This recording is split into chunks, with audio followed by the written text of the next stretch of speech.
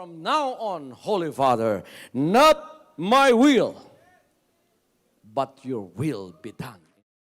I said, Father, you have chosen me. Give me the strength to obey. I will follow you no matter what it takes. If you know me, you cannot be neutral about me. Either you will hate me or you will love me. Because there is only one important business in the world. It is the business of salvation.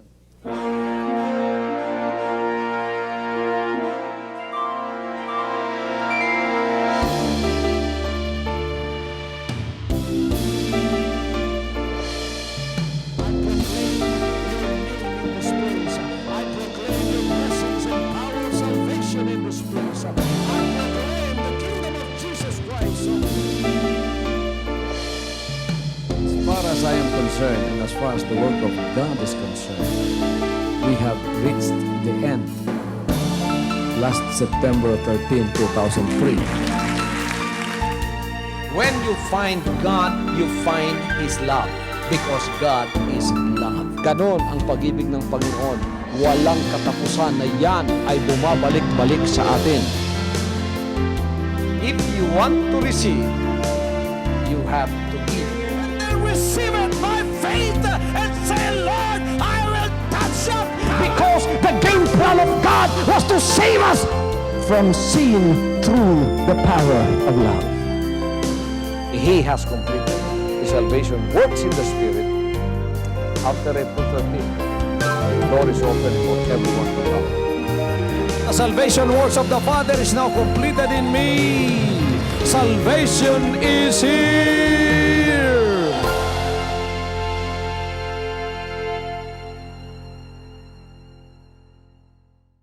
Mga kapatid, hindi talaga tayo maaari na mamuhay na wala ang salita ng Diyos. If we don't eat of the Word of God, we'll die spiritually. People that are spiritually dead don't have the chance to meet God when they die physically. That's why He said in Matthew 4:4, man shall not live by bread alone, but by every word that proceeds out of the mouth of God. In order for us to be physically alive, we have to nourish our bodies with healthy foods. You cannot go on living without food, without eating food. Hindi rin tayo makapagpapatuloy na mabuhay sa spiritual kung walang pagkaing spiritual. At ang pagkaing spiritual ay walang iba kundi ang mga salita ng ating buhay na Diyos. I will read one verse, and I would like to expound on that, and I would like to give to you some of the thoughts about this verse. And I believe that many of us who have been walking faithfully unto the Lord, perhaps sometimes we have some questions in our minds, especially so when trials and temptations come our way, and we've been faithful to God. I met a man, he said, I've been helping people for 41 years because I've been working in the hospital. I've seen emergency cases. I've seen people with health problems, and I've seen people who come to the hospital for to be helped by the doctors and to receive care from us. And I've helped them, and I've been faithful and sincere in my service to my profession for 41 years. And then, all of a sudden, a trial came into his life that really have thrown him off balance, because this problem seems so big to him. Why? He cannot understand why a trial like this would come to him when he is a good man. He said, I have a grandson that I love so much. He's 3 years old, and he got sick. He was brought to the hospital where he was working. But the doctor that was caring for his grandson made mistake in the diagnosis of the illness of the child. And because of that, and the neglect of the doctor, his grandson died. Wrongfully, it was really a mistake because of the wrong diagnosis. Kaya nagkaroon ng kapaitan ng kanyang puso. Sabi niya, marami namang masama dyan. There are many evil people in the world. Why would this happen to me? Why not to them? Then after that, a few weeks after that, his wife died of hypertension, and that added more to his sorrow. Now, he doesn't know if there is any God. He's questioning God, and his faithfulness towards his fellow man and towards God is now in a very serious question. He doesn't believe that God is like that. And why? If God is good, why would this happen to him? So perhaps sometimes we have that question. The same question that crosses our minds. Kuminsan, di nyo maiwasan na kuminsan baka may mga ganun ding mga pag-iisip ang dadaan sa ating mga puso. Pero mga kapatid, ang Panginoon ay nananatiling mabuti. The Lord is a good God, and He remains to be a good God. He said in His word, "A faithful man shall abound with blessings, but he that maketh haste to be rich shall not be innocent."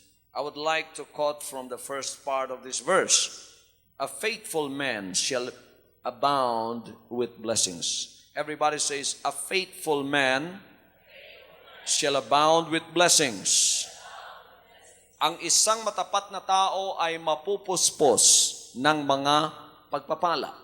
Sabi ng Proverbs chapter 28 verse 20. Proverbs chapter 28 verse 20.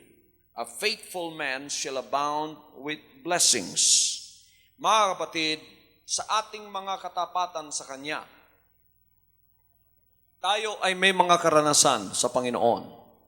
When you are faithful to God, and a problem or a trial or an experience that you consider to be not so positive or a negative experience that happens to you is not really a reason for you to question the goodness of God. Siguro si Job, ganun din ang kanyang pag-iisip nang dumating sa kanya ang malaking problema sa kanyang buhay. Pero sa katapos-tapusan, bumalik ang pananampalataya ni Job.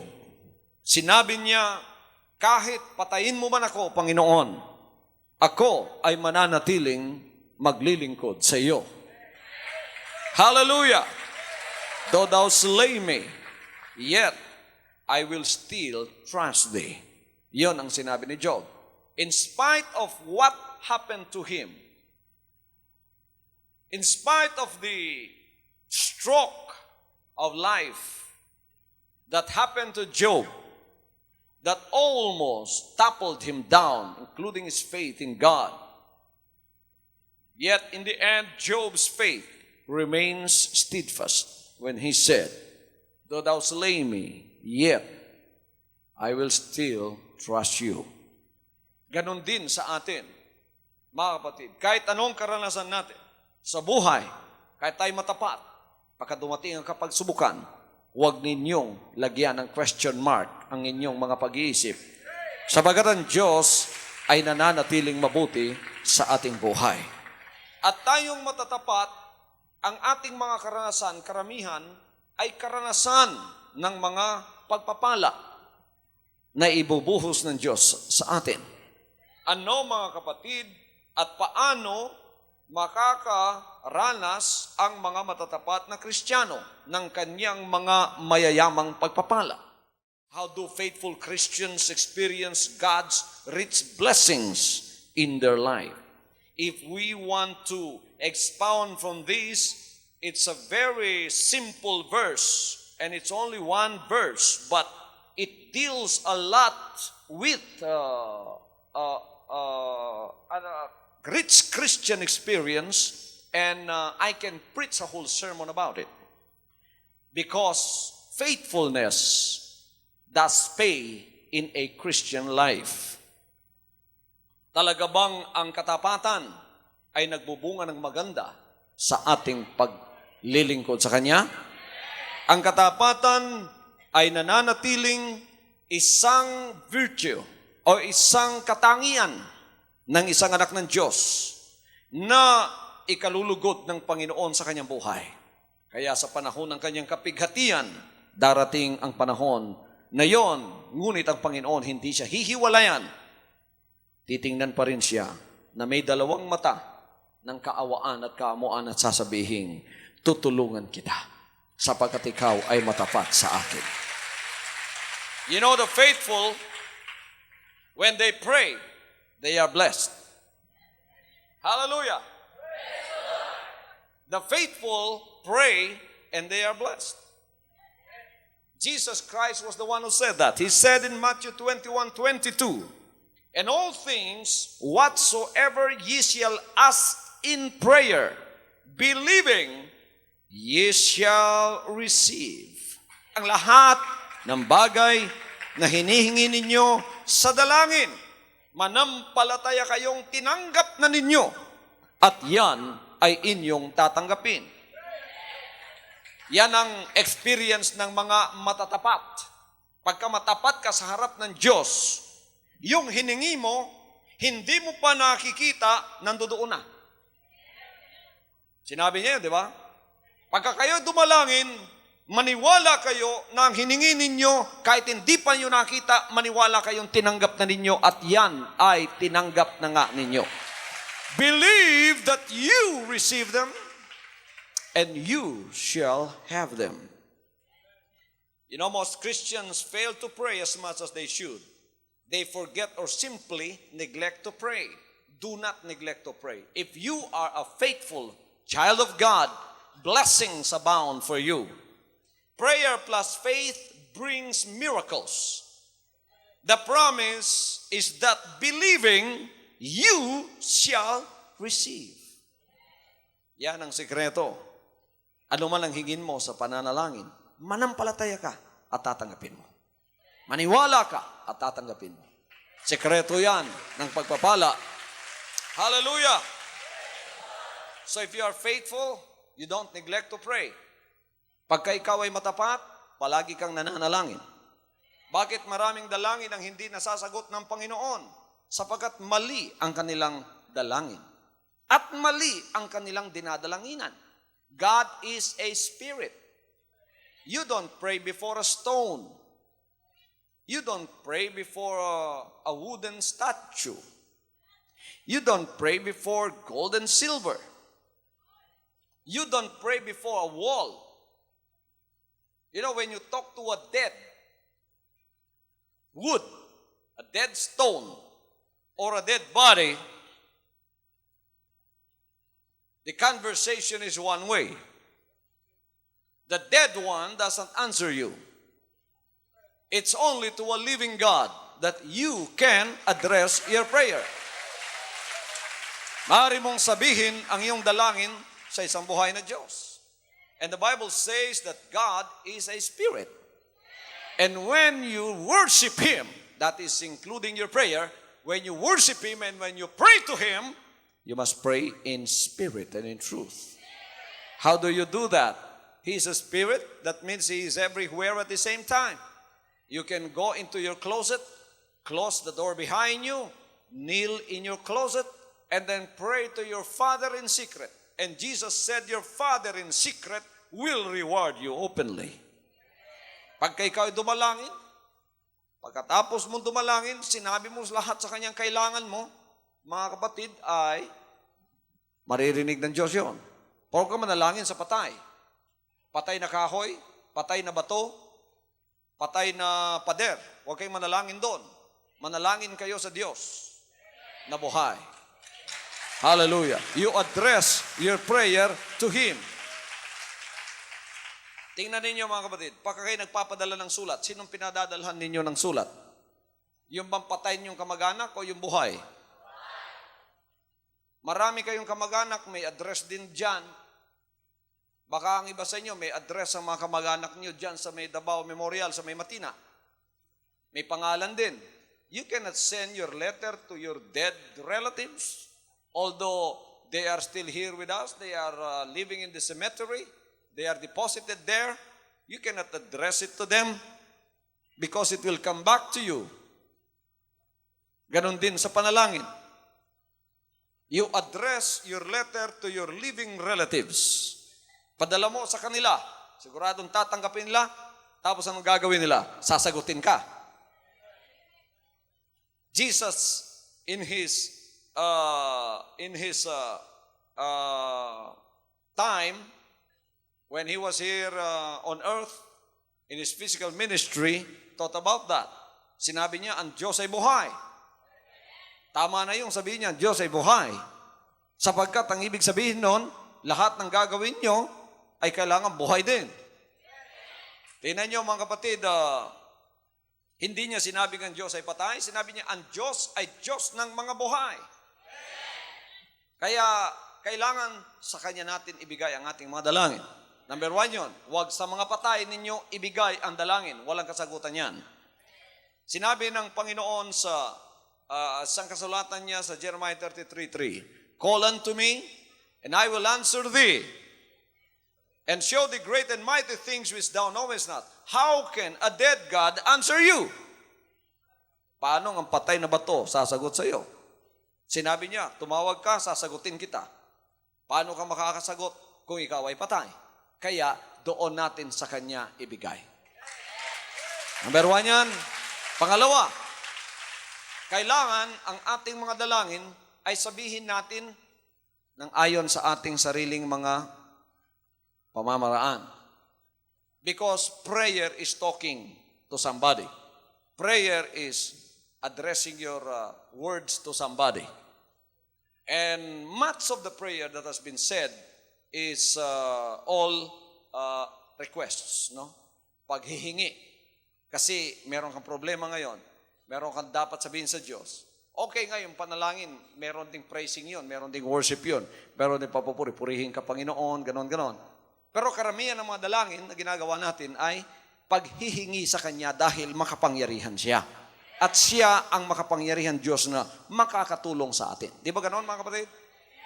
Okay, pagka ikaw ay humihingi, anong gagawin mo? Kailangan sabihin mo ang kailangan mo. Diretso na sa Kanya.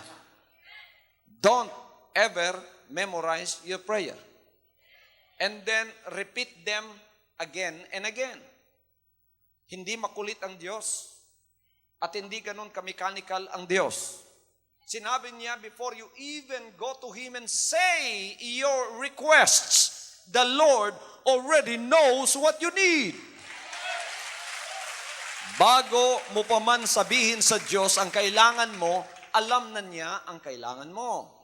Kaya paglapit mo sa Diyos, you just go to Him and just spontaneously open your mouth and just talk to Him the way you want to talk to Him. Simply in your own words. Sa sarili mong pananalita, mga kapatid, ay gawin mo. Kailangan maging faithful ka. Sino dumadalangin dito sa Panginoon? Madalas ba kayong dumadalangin sa Kanya?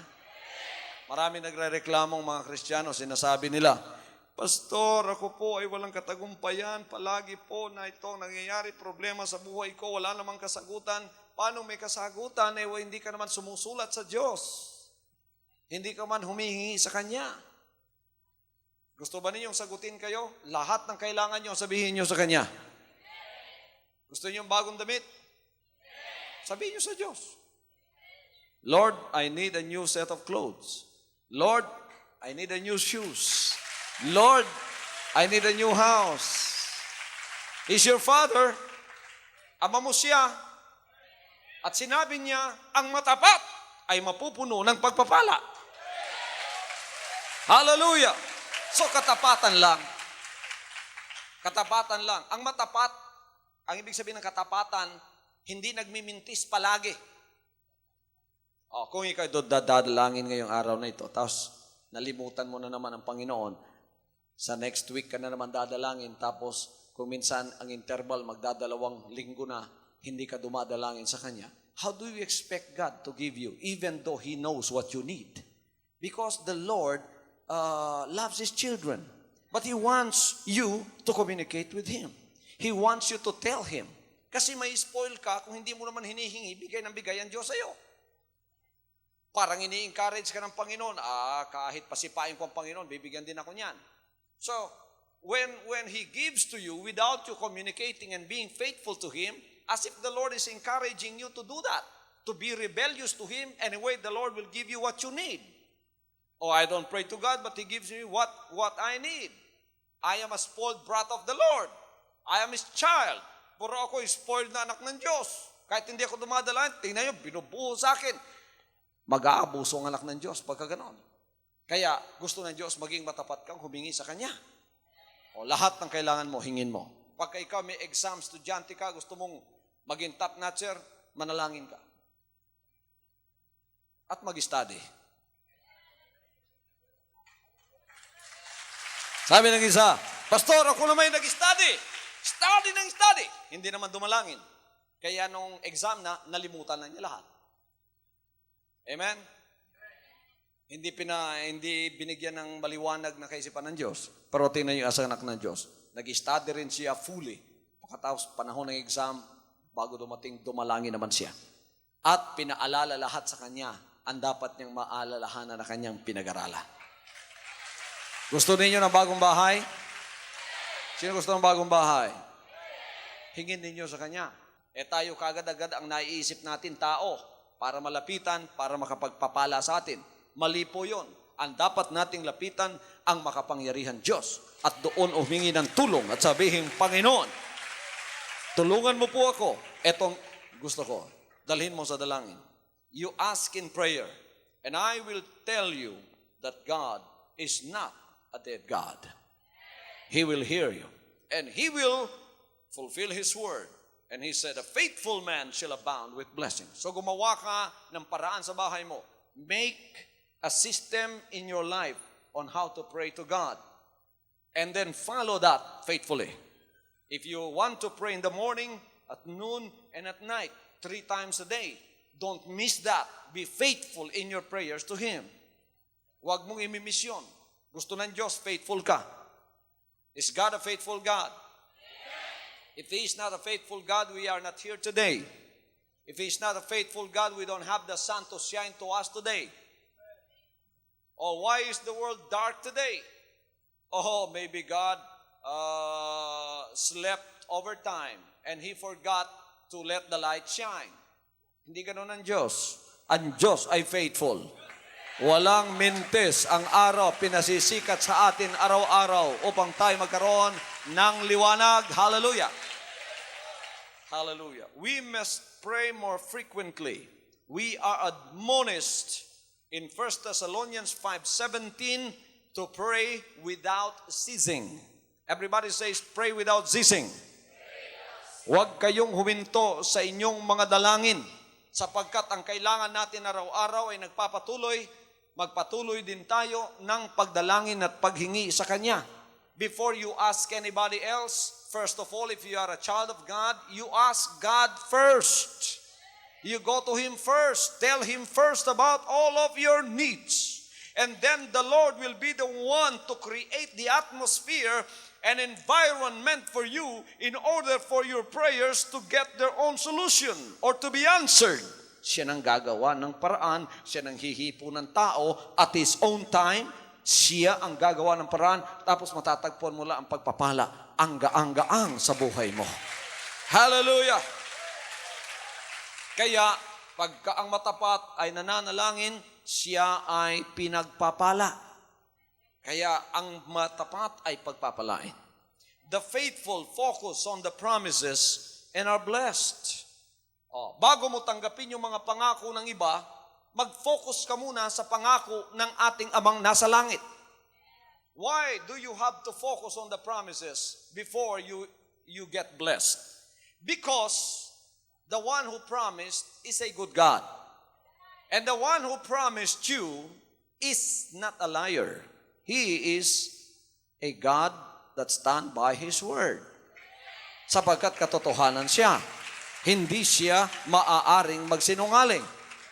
Siguro yung kapitbahay mo, kaibigan mo, pinakamabait, maaari pa yung magsinungaling sa iyo.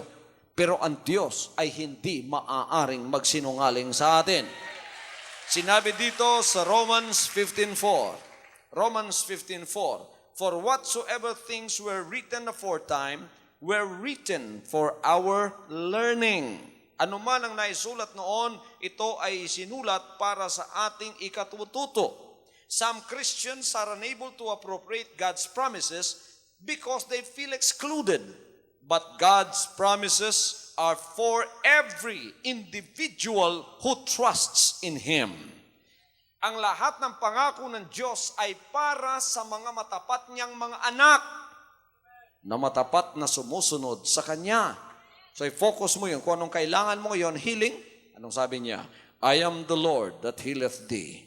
If you want healing, you claim that promise. I am the Lord that healeth thee. If you are lonely, you claim the promise that He is the comforter. If you need something, you claim the promise that He is your Jehovah Jireh. He can supply your every need more than you ask for. Lahat ng kailangan mo, may susupply niya. Mas sobra pa sa kailangan mo. Hallelujah.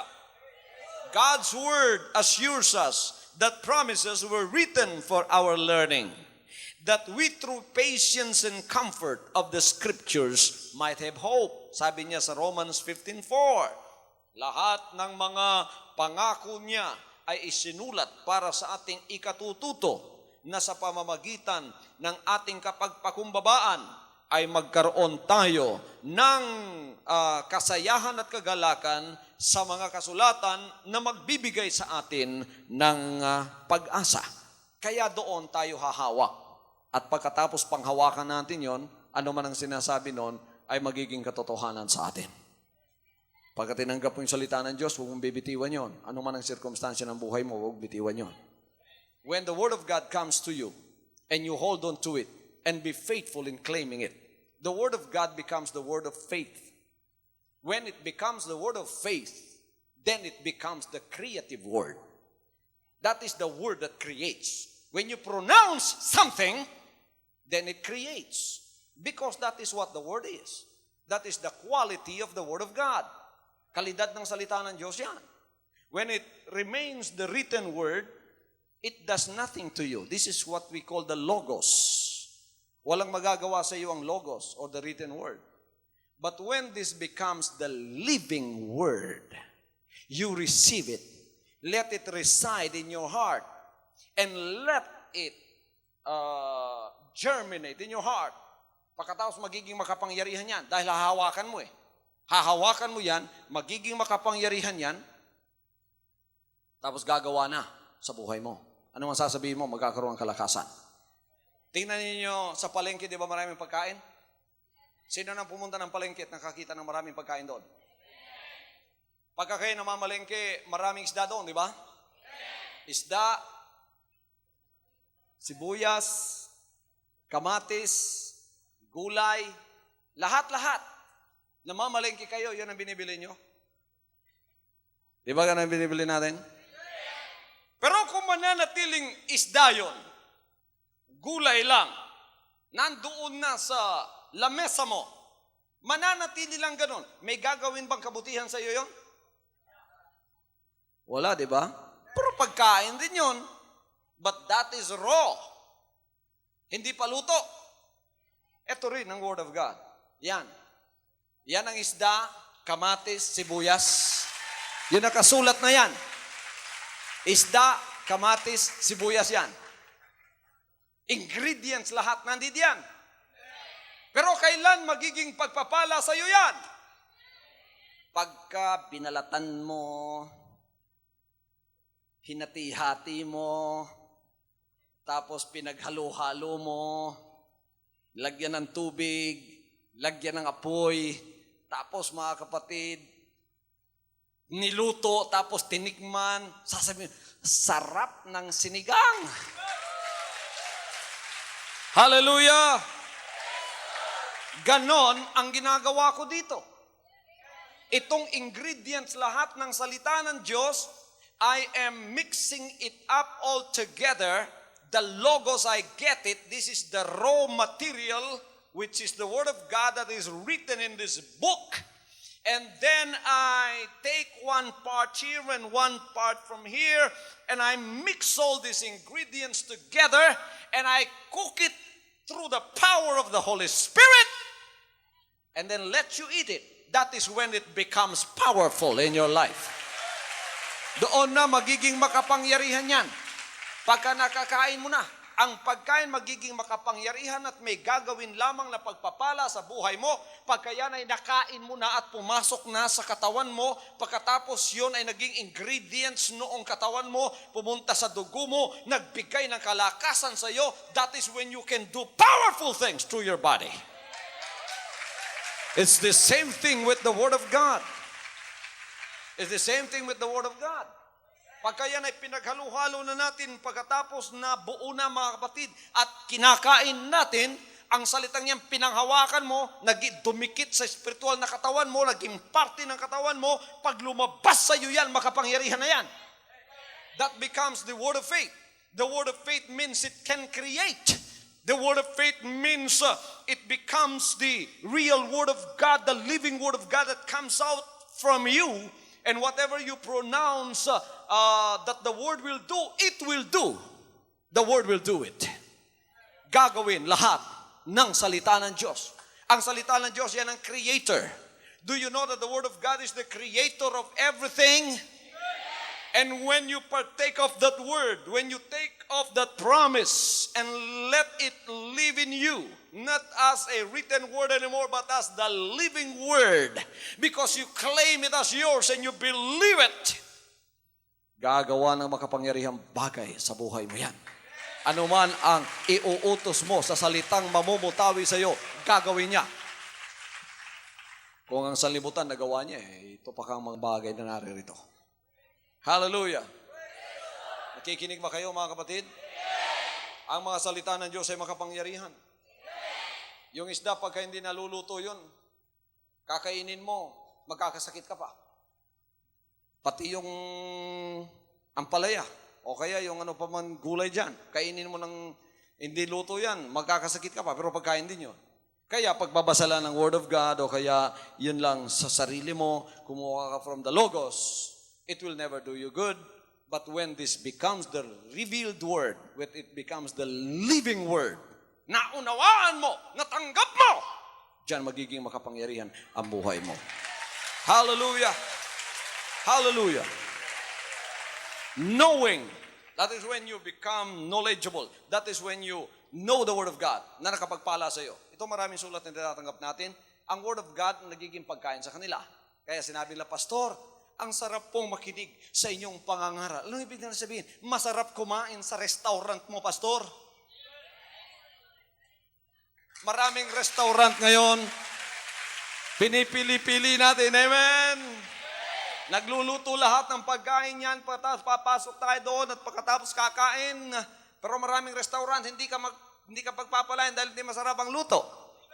Pero dito, I assure you, if you come here, patatabain ng Panginoon ang kaluluwa nyo. Sabagat ang lahat ng pinakakain dito ay mga preskong salita ng Diyos. Hallelujah! Mga preskong salita ng Diyos. Kaya nalalaman na natin yon.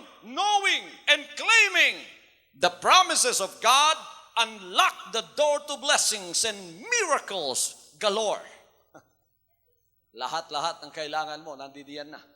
Kaya lalakas ka sa iyong pananampalataya, magiging masigasig ka, at lalago ang buhay mo, at magkakaroon ka ng relationship sa buhay na Diyos. You must listen, you must read, you must remember, kaya kailangan kainin mo yan. Pag kami nangangaral na ganito, mga kapatid, ay kainin mo ang mga salita ng Diyos. Praise the Lord. Naunawaan ba ninyong sinasabi ko, mga kapatid? Pagka ang mga salitang yan pumasok na sa atin, yan ay magiging parte na ng ating spiritual na katawan. Ang pagkain kinakain mo sa physical, nagiging parte ng iyong physical na katawan. Ang mga salita ng Diyos na kinakain mo, magiging spiritual na parte ng iyong katawan na makapagpapalakas sa iyo. Hallelujah. So the faithful focus on the promises and they are blessed. They are blessed because it becomes food for them. They are blessed because the written word does not stay as the written word. It becomes the living, revealed word of God to us. Kaya nakakaunawa na tayo sa kanyang mga salita. Nalalasahan na natin ang salita ng Diyos. Nalalasahan na ba ninyong salita ng Diyos? Ano, masarap ba mga kapatid? Many Christians, they lack patience. They want things to happen at their appointed time and place. You know, you cannot do that because it is God that answers your prayers. So you must have patience and wait for God's own appointed time for your prayers to be answered. Huwag mong pangunahan ng Diyos. Pag sinabi mo sa Diyos, Lord, I need a house. Let the Lord at His appointed time do what you told Him to do. Amen? Lord, gusto ko ng bahay. Pabayaan mo ng Diyos. Iwan mo na yon. Huwag kang babalik-balik at kulitin mo siya. Sabihin mo, akala ko yung bahay, Panginoon. Bakit wala pa? Tatalikod na ako sa iyo. Sinungaling ka pala, Panginoon. Hindi pala totoo si Pastor Kibuloy. Sabi niya, hingi kami pagkatapos wala rin pala. Huwag kang magmadali. Pabayaan mo na yon. Hindi nalilimutan ng Panginoon yon. Hallelujah, hallelujah. Sino rito humihingi ng bagong sasakyan? Dumating na ba? Kung wala pa, huwag ninyo kung tawagin sinungaling. Patience lang. Maghintay kayo. Ang Diyos ang bahala. Kayo humihingi kayo. Tapos gusto nyo, pangunahan pa ninyo. Ngayon mo ibigay yan, ha? Wala namang utang ang Diyos sa inyo. Pabayaan ninyo siya. Humihingi lang tayo pang umuuna. Pabayaan natin kung kailan niya ibibigay sa atin. Amen? So, anong gagawin mo? Be patient and wait for the answer. Kasi alam ng Diyos kung kailan ibibigay sa iyo yan. Hallelujah! Patience opens the door to kindness, understanding, and Christ-likeness. Kaya magtiis-tiis ka muna, kung may hiningi ka, hindi pa dumating, pabayaan mo ang Diyos, sapagkat alam niya kung kailan. Noong ako'y may sasakyan, palaging tumitirik sa daan, humingi ako sa Diyos ng sasakyan. Sabi ko, Panginoon, bigyan mo ako ng bago. Mula nung ako ay humingi sa Panginoon, bigyan mo ako ng bago. It took the Lord 5 years to give me a new one. Pero, hindi ako mapilit. Hindi ako mapilit. Nung binigyan ako, hindi ako nagsisi. Praise God. Kasi, nakita ko mga kapatid, kung binigyan ako ng Panginoon, alam mo, humingi ako ngayon, binigyan niya ako 3 years later, tapos may sasakyan akong bago, tapos naglabasan itong mga bagong sasakyan na mas powerful pa. Siguro sabi ko, sayang, ganyan sana yung gusto ko. Bakit di ganyan ang binigay ng Panginoon sa akin? Because I lack patience. Nagmadali ako. Pero ngayon, hindi ako nagmadali. Pinabayaan ko ang Panginoon. Nung binigyan ako, top of the line pa. Hallelujah. Hallelujah. Pero noon, yung sasakyan ko, sabi ko, todo pa. Kahit anong diin ko, mga kapatid, nakalapat na yung paa ko sa flooring ng sasakyan. Sabi ng sasakyan ko, tug, tug, tug, tug, tug, tug. Sabi ko, kailangan palitan ito. Pero hindi ako nagmadali. Kasi humihingi lang ako . Siyang magbibigay. Hallelujah! Kaya ang iba, pinipilit nila, pagkatapos binigay sa kanila, pero nagsisi rin sila. Ayaw din nila. So, be patient. When you ask from God, be patient. And let Him do the work for you. At His own appointed time, and at His own appointed place, the Lord is going to give it to you. And you will be happy about it. James admonished, but let patience have her perfect work, that ye may be perfect and entire, wanting nothing. Sabi ng James 1:4, na maging sakdal kayo, at wala na kayong hihingin pa. Lahat nasa sa inyo na. Praise the Lord. Praise the Lord. Hallelujah. Hallelujah.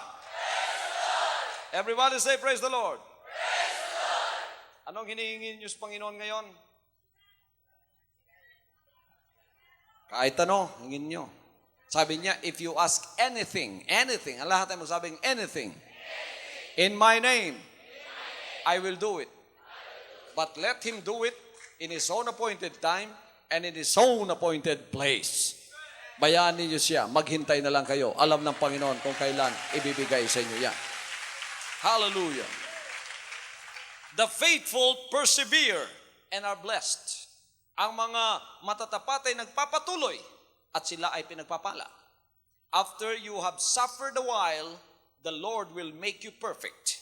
1 Peter 5:10, may mga pagtitiis tayo, ngunit nagpapatuloy, kaya tayo ay pagpapalain.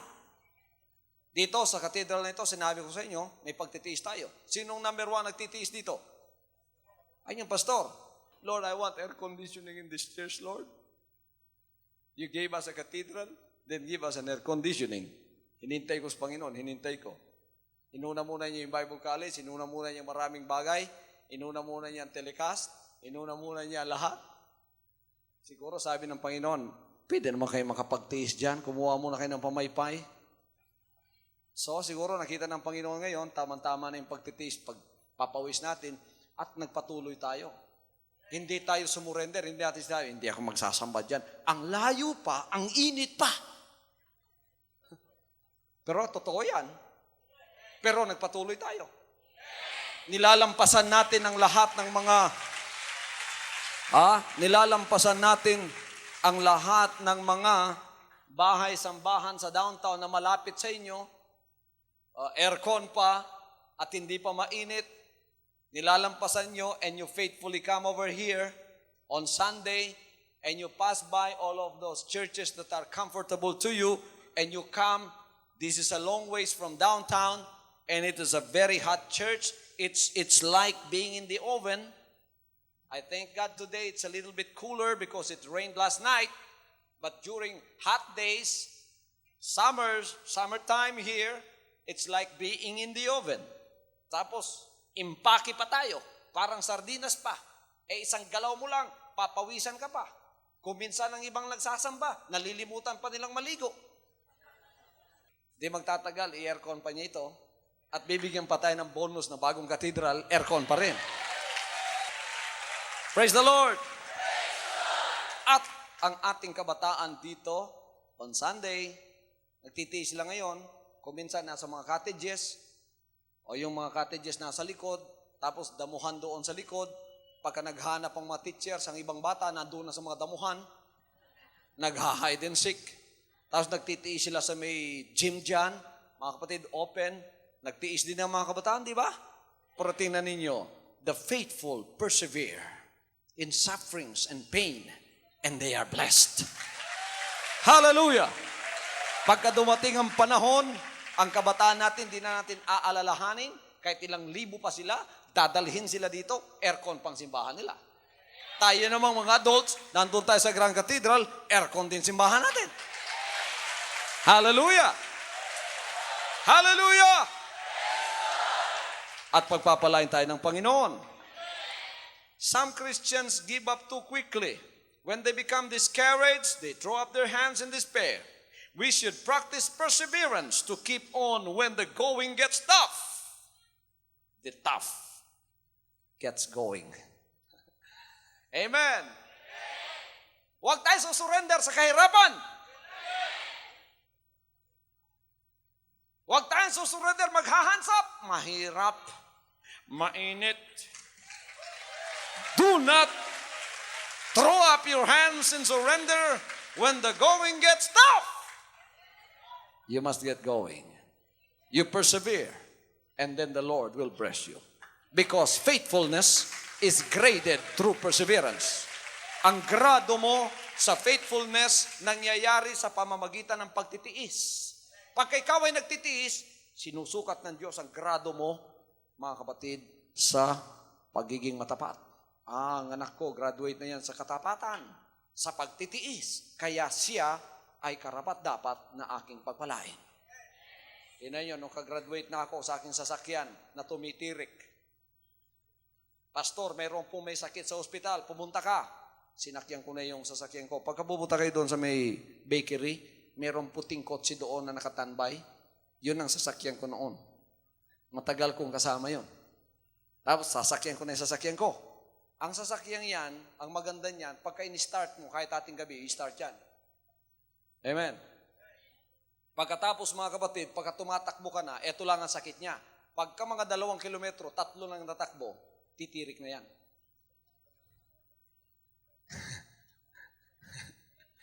Pagkatapos, itutulak. Pag tinulak, mga 3 beses, hindi umandar, maglakad ka na. Iwan mo na, hindi naandar yan. Pero pag tinulak mo, first push mo, umandar, swerte ka. Tatakbo na yan. May tumawag sa akin, naghihingalo daw yung tao nasa ospital. Kailangan i-pray over para mabuhay. Tumirik sa gitna ng daan. Nung dumating ako, sabi nung tumawag sa akin, Pastor, patay na po. Nahuli kayo.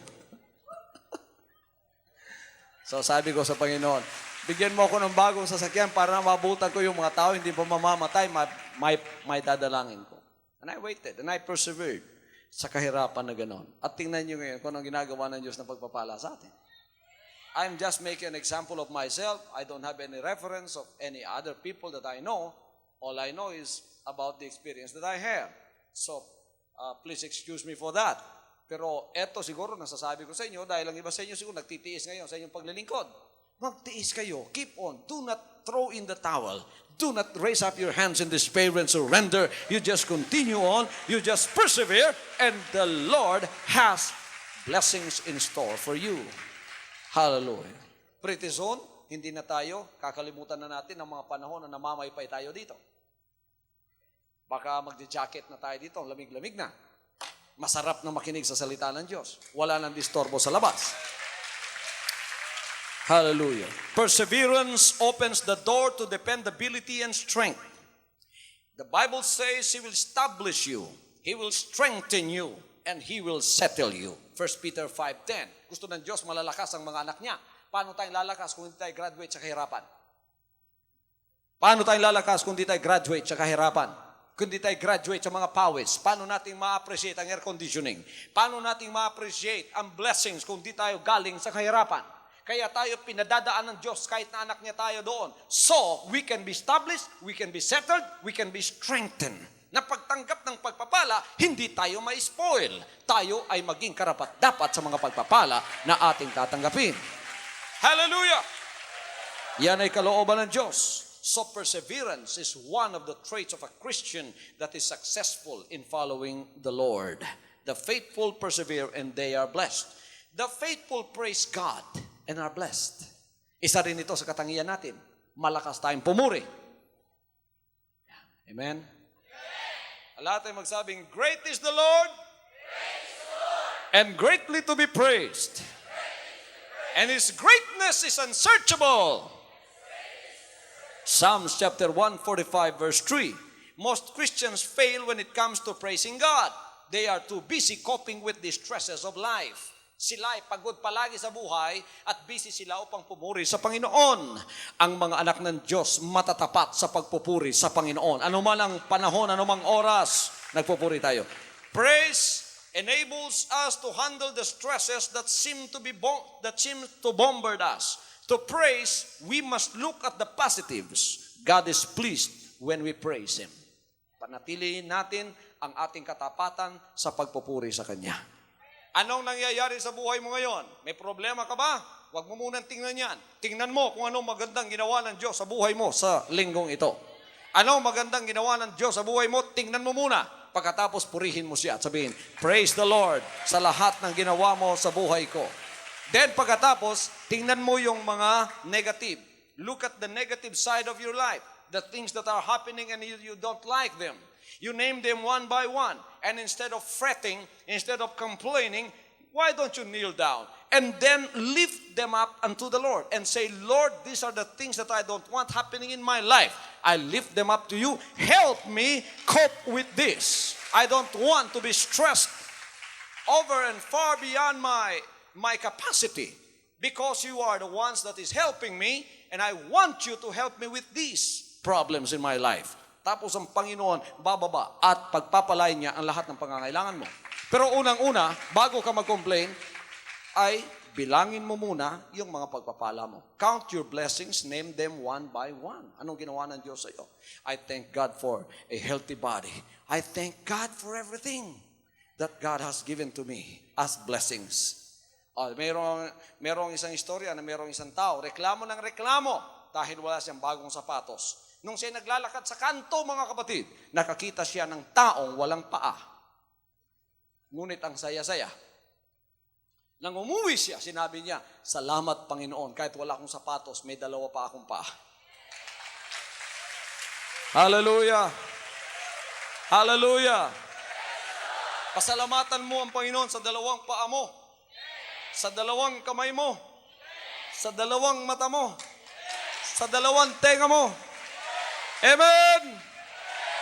Pasalamatan mo ang Panginoon sa mata mong dalawa na nakakakita. Pasalamatan mo sa dalawang tenga mo, sa dalawang kamay mo. Amen. Huwag niyo kalimutan, pasalamatan siya sa lahat ng binigay niya sa buhay mo. Thank God for nice children. Thank God for a beautiful house.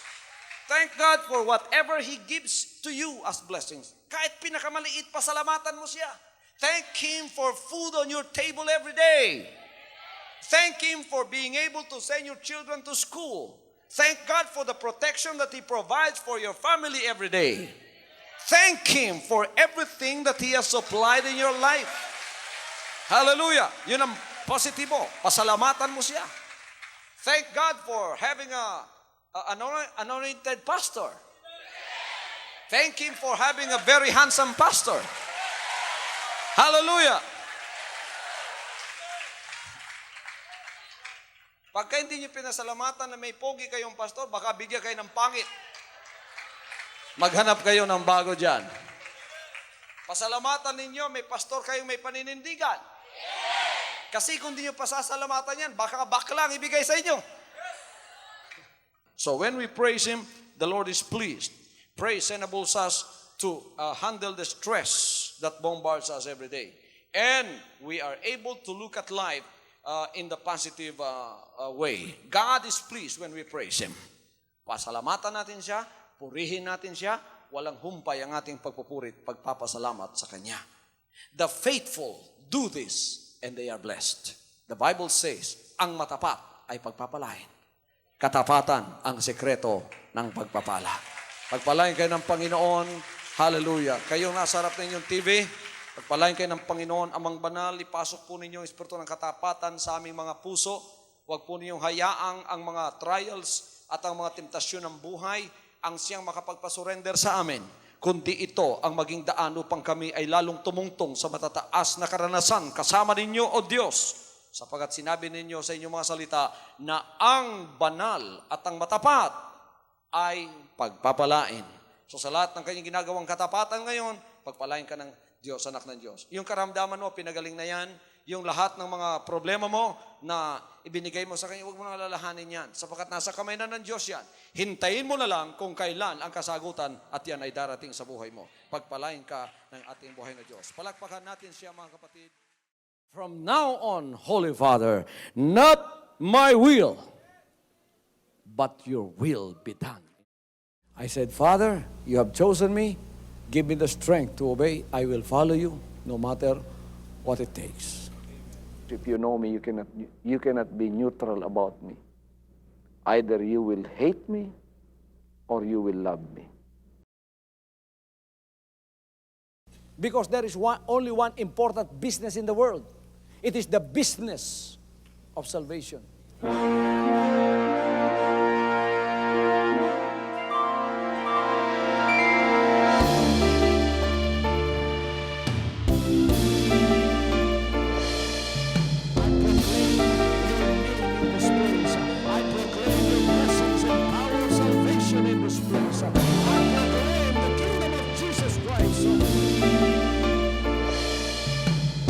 As I am concerned, and as far as the work of God is concerned, we have reached the end.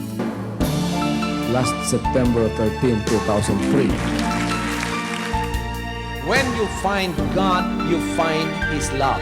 Because God is love. Ganon ang pag-ibig ng Panginoon walang katapusan na yan ay bumabalik-balik sa atin. If you want to receive, You have to give. And receive it by faith and say, Lord, I will touch your power. Because the game plan of God was to save us from seeing through the power of love. He has completed His salvation works in the Spirit. After April 13, the door is open for everyone to come. The salvation works of the Father is now completed in me. Salvation is here.